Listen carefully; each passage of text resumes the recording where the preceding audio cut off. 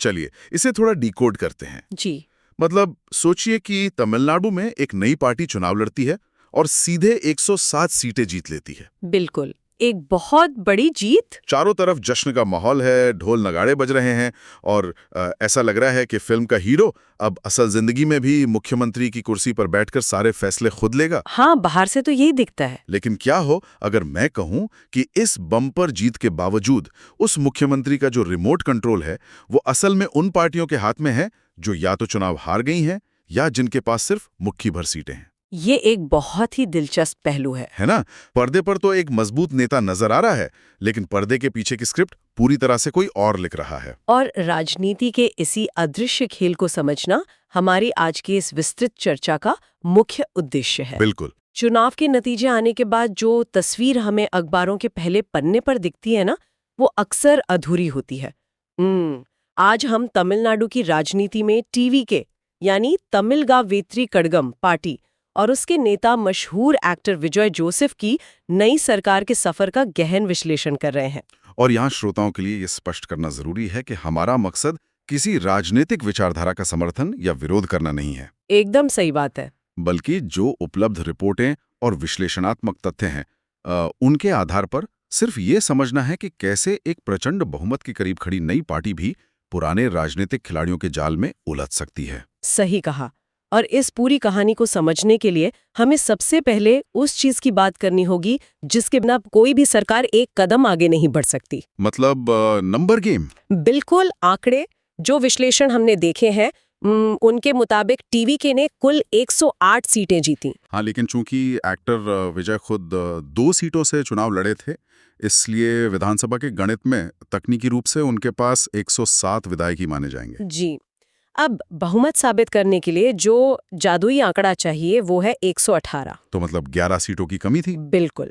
यानी उन्हें सरकार बनाने के लिए बाहर से समर्थन की सख्त जरूरत थी। और यहीं से इस राजनीतिक शतरंज की बिसात बिछना शुरू होती है। 118 का आंकड़ा छूने के लिए टीवीके ने जिन छोटी पार्टियों की तरफ देखा वे कोई स्वतंत्र खिलाड़ी तो थी नहीं। नहीं, बिल्कुल नहीं। हम सीपीआई, सीपीआई-एम, वीसीके और मुस्लिम लीग जैसी पार्टियों की बात कर रहे हैं। ध्यान देने वाली बात यह है कि ये सभी पार्टियां ऐतिहासिक रूप से डीएमके और मुख्यमंत्री एमके स्टैलिन के गठबंधन का एक मजबूत हिस्सा रही हैं। हाँ, किसी के पास 2 सीटें थीं, किसी के पास 5। सही। इन छोटी पार्टियों ने मिलकर टीवीके को समर्थन दे तो दिया और आंकड़ा 118 के पार भी पहुंच गया, लेकिन इस समर्थन की एक बहुत भारी कीमत चुकानी पड़ी।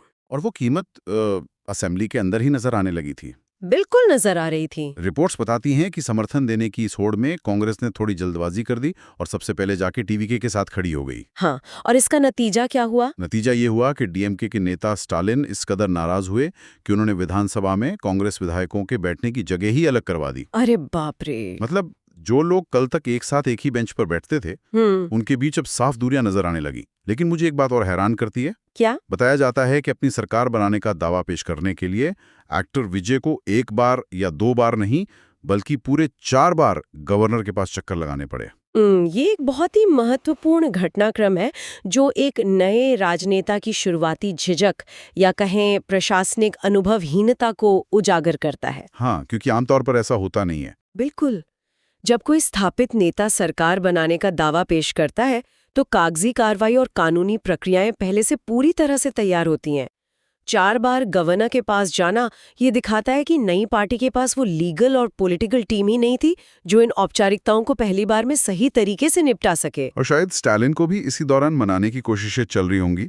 एकदम सही, क्योंकि बिना उनकी हरी झंडी के वे छोटी पार्टियां अपना समर्थन पक्का नहीं कर सकती थीं। अगर मैं इसे एक उदाहरण से समझूं तो ये कुछ वैसा है जैसे किसी बड़ी कंपनी में आपके पास 49% शेयर हों।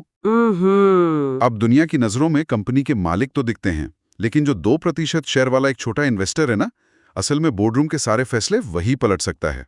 बहुत ही सटीक उदाहरण है। क्योंकि उस 2% के बिना आप 51% का जादुई बहुमत साबित ही नहीं कर सकते। और यहाँ उस 2% वाले इन्वेस्टर का रिमोट कंट्रोल डीएमके के हाथ में था। बिल्कुल।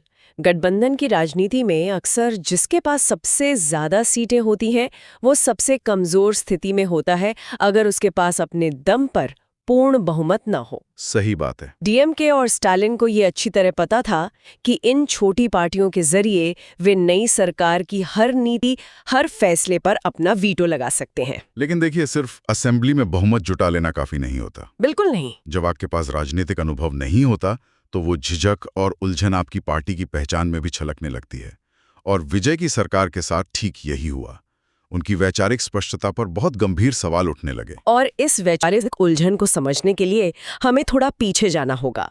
विजय का एक स्पष्ट क्रिश्चियन बैकग्राउंड है। हाँ, उनकी रैलियों के दौरान उनके काफिले में जीसस की तस्वीरें देखी गईं। जी, वे चर्च जाते नजर आए और अपनी भारी जीत के बाद भी उन्होंने जीसस को सार्वजनिक रूप से धन्यवाद दिया, जो कि एक लोकतांत्रिक देश में अपनी आस्था को प्रकट करना बिल्कुल सामान्य बात है। बिल्कुल सामान्य है। लेकिन परेशानी तब शुरू होती है जब आप एक तरफ इस पहचान को स्थापित कर रहे हों और दूसरी तरफ कुछ ऐसा कर दें जो इसके बिल्कुल विपरीत हो। अरे हाँ, वो ज्योतिषी वाला विवाद। जी।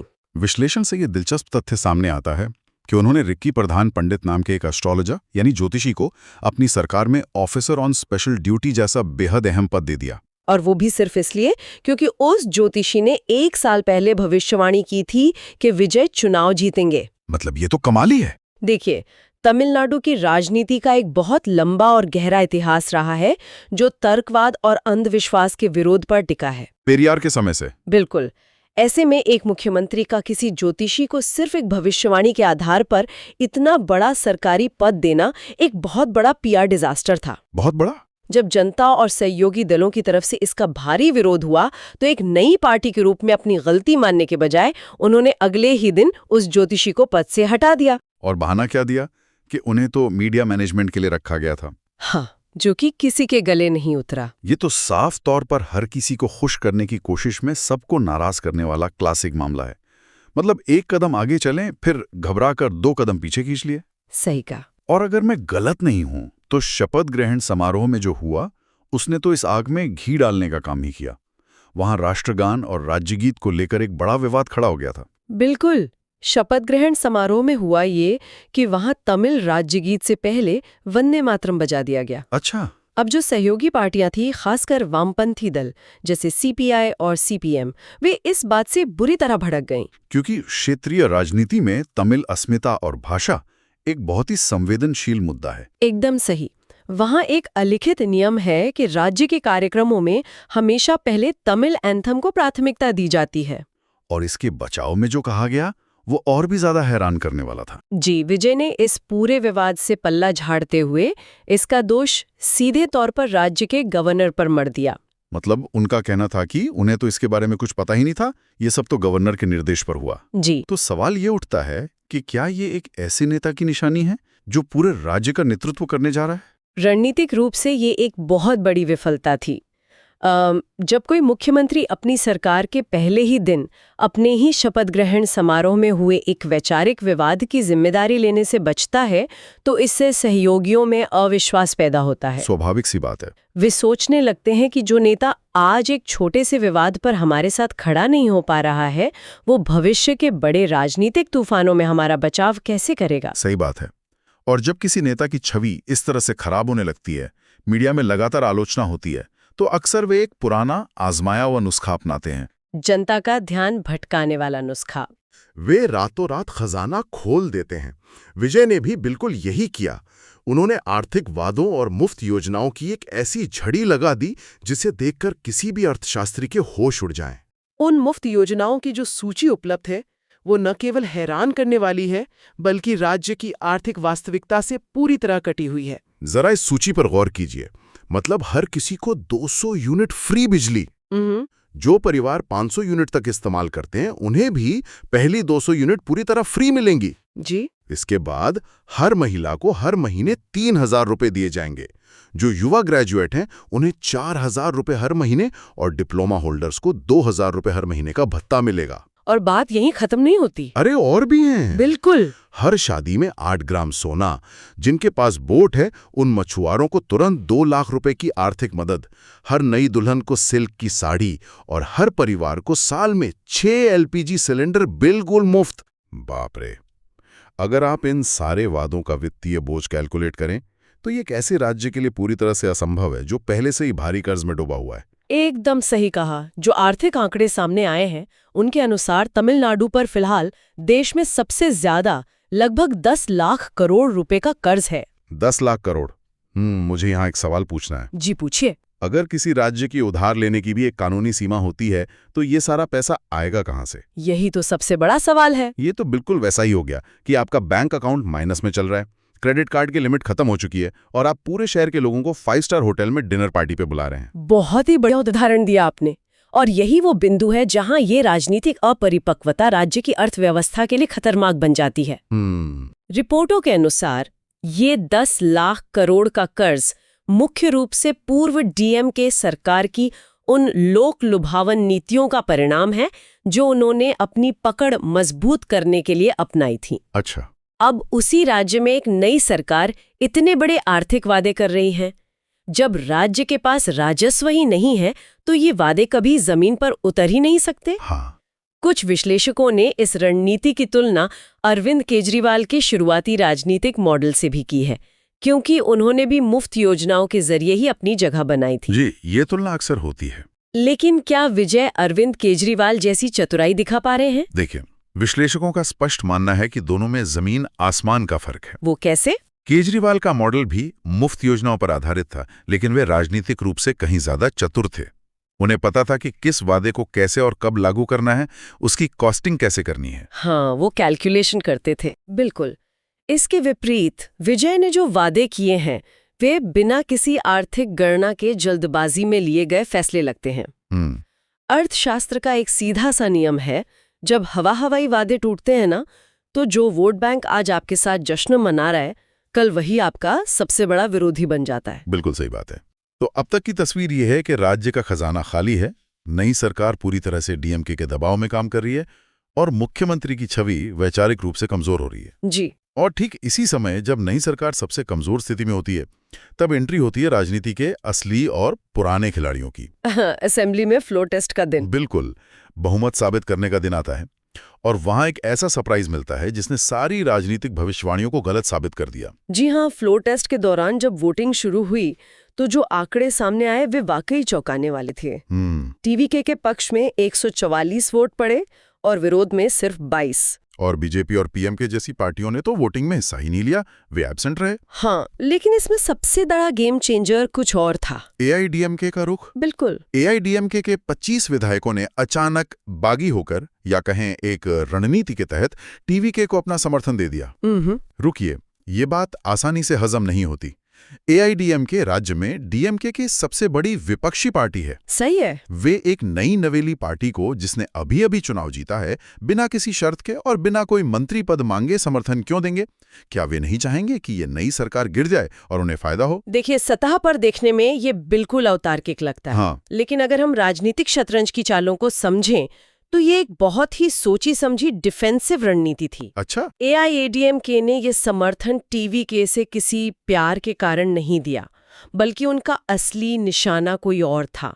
उनका उद्देश्य था टीवीके को डीएमके और स्टालिन के उस अदृश्य दबाव से पूरी तरह मुक्त करना। मतलब स्टालिन ने उन छोटी पार्टियों जैसे वीसीके और मुस्लिम लीग, उनके जरिए जो रिमोट कंट्रोल अपने हाथ में रखा था, एआईएडीएमके ने 25 वोट देकर उस रिमोट कंट्रोल की बैटरी ही निकाल दी। एकदम सही पकड़े। वाह। राजनीतिक विश्लेषकों के अनुसार स्टालिन की एक खास मंशा थी। उनका एक वैचारिक एजेंडा रहा है जिसे वे सनातन विरोध के रूप में प्रचारित करते आए हैं। स्टालिन को लगा कि चूंकि टीवीके उनके समर्थन पर निर्भर है, इसलिए वे इस नई सरकार का इस्तेमाल अपने इस एजेंडे को आगे बढ़ाने के लिए एक मुहरे की तरह कर सकते हैं। वे टीवीके के कंधे पर बंदूक रखकर अपनी विचारधारा की राजनीति करना चाहते थे। ओहो, तो एआईडीएमके ने सोचा कि अगर हम इस नई सरकार को बाहर से समर्थन दे दें तो टीवी के पास 118 से कहीं ज्यादा का बहुमत हो जाएगा। बिल्कुल। और फिर उन्हें बीएनए के सामने झुकने की कोई जरूरत ही नहीं पड़ेगी। मतलब दुश्मन के वार को कुंद करने के लिए दूसरे दुश्मन की ढाल बनना, ये तो सच में मास्टर स्ट्रोक है। लेकिन यहाँ एक और पेच है। क्या? ये मास्टर स्ट्रोक एआईएडीएमके के दिमाग की उपज नहीं था। अच्छा। जो गहरा रणनीतिक आकलन सामने आया है उसके मुताबिक इस पूरी बिसात के पीछे असली मास्टरमाइंड दिल्ली में बैठे हैं, अमित शाह और बीजेपी। एक मिनट, AIADMK कोई छोटी मोटी क्षेत्रीय पार्टी तो है नहीं। वे अमित शाह या बीजेपी के दबाव में इतनी आसानी से क्यों आ गए? क्या उनका अपना कोई राजनीतिक वजूद या स्वार्थ नहीं बचा है? इस सवाल का जवाब हमें 2024 के लोकसभा चुनावों के एक फ्लैशबैक में मिलता है। उस समय AIADMK ने बीजेपी के सामने एक शर्त रखी थी। उन्होंने कहा था कि बीजेपी के जो बेहद लोकप्रिय और आक्रामक युवा नेता हैं अन्नामलाई, उन्हें चुनाव में थोड़ा पीछे रखा जाए। हाँ, अन्नामलाई वही नेता हैं जिन्होंने बिना किसी बड़े गठबंधन के भी अकेले दम पर युवाओं के बीच पैठ बनाकर बीजेपी का वोट शेयर 11% तक पहुंचा दिया था। बिल्कुल। वे एक पूर्व IPS अधिकारी हैं और उनका काम करने का तरीका काफी अलग रहा है। तो AIADMK को उनसे खतरा महसूस हो रहा था। एकदम सही। AIADMK को डर था कि अन्नामलाई उनका ही वोट बैंक काट रहे हैं, इसलिए उन्होंने ये शर्त रखी। विश्लेषकों के अनुसार अमित शाह ने तब रणनीतिक रूप से एक कदम पीछे खींचते हुए अन्नामलाई को पीछे कर लिया। तो उसका नतीजा क्या हुआ? नतीजा ये हुआ कि 2024 के चुनावों में AIADMK बुरी तरह हार गई और अन्नामलाई के न होने से बीजेपी का अपना वोट शेयर जो 11% था वो गिरकर 3% के करीब आ गया। मतलब AIADMK की वो रणनीति पूरी तरह से फ्लॉप रही। जी। और इस वजह से वे बीजेपी की नजरों में अपनी विश्वसनीयता खो बैठे। यही वो दबाव है जिसका इस्तेमाल अब किया गया है। रिपोर्ट्स बताती हैं कि अमित शाह ने AIADMK को साफ संदेश दिया कि पिछली बार हमने आपकी बात मानी, लेकिन आप कुछ साबित नहीं कर पाए। अब जो रणनीति हम तय करेंगे, आपको उस पर चलना होगा। और इसी दबाव में AIADMK को अपने विधायकों से TVK का समर्थन करवाना पड़ा। बिल्कुल। तो चलिए इस पूरे राजनीतिक थ्रिलर के क्लाइमैक्स की तरफ बढ़ते हैं। जी। बीजेपी इस पूरे खेल में अपना अंतिम लक्ष्य यानी अपना एंड गेम क्या देख रही है? वो TVK को DMK से बचाकर आखिर हासिल क्या करना चाहती है? उनकी रणनीति भविष्य के पन्नों में छुपी है। सोचिए, TVK की सरकार बन चुकी है, लेकिन हमने अभी जिन भारी भरकम मुफ्त योजनाओं और खजाने के खाली होने की बात की, उनका क्या होगा? वो तो पूरे हो नहीं पाएंगे। बिल्कुल तय है कि TVK अपने वो अव्यवहारिक वादे पूरे नहीं कर पाएगी। धीरे धीरे जनता में भारी असंतोष पैदा होगा और उनका इस नई पार्टी से मोहभंग होगा। दूसरी तरफ AIADMK पहले से ही दो फाड़ हो चुकी है और एक कमजोर विपक्ष साबित हो रही है। और जब इन दोनों बड़ी पार्टियों से जनता का भरोसा उठेगा, तब एक बहुत बड़ा राजनीतिक शून्य यानी वैक्यूम पैदा होगा। एकदम सही। और उस स्पेस को भरने के लिए बीजेपी पूरी तरह तैयार बैठी है। रणनीतिक भविष्यवाणी यही है कि जैसे जैसे TVK और AIADMK कमजोर होंगे, बीजेपी धीरे धीरे अन्नामलाई को फिर से आगे करेगी। अच्छा। इन दोनों पार्टियों से जो वोट बैंक छिटकेगा, अन्नामलाई का युवा और आक्रामक नेतृत्व उसे अपनी तरफ खींचेगा। मतलब अगर TVK अपना 5 साल का कार्यकाल पूरा नहीं कर पाई और राज्य में मध्यावधि चुनाव की नौबत आ गई, तो ये बीजेपी के लिए और भी बड़ा मौका होगा। बिल्कुल। रिपोर्ट्स का दावा है कि इस पूरी रणनीति के जरिए बीजेपी अगले चुनाव तक अपना वोट शेयर 20% के पार ले जाना चाहती है, ताकि वो राज्य में किसी के भरोसे न रहे और अकेले अपने दम पर चुनाव लड़ सके।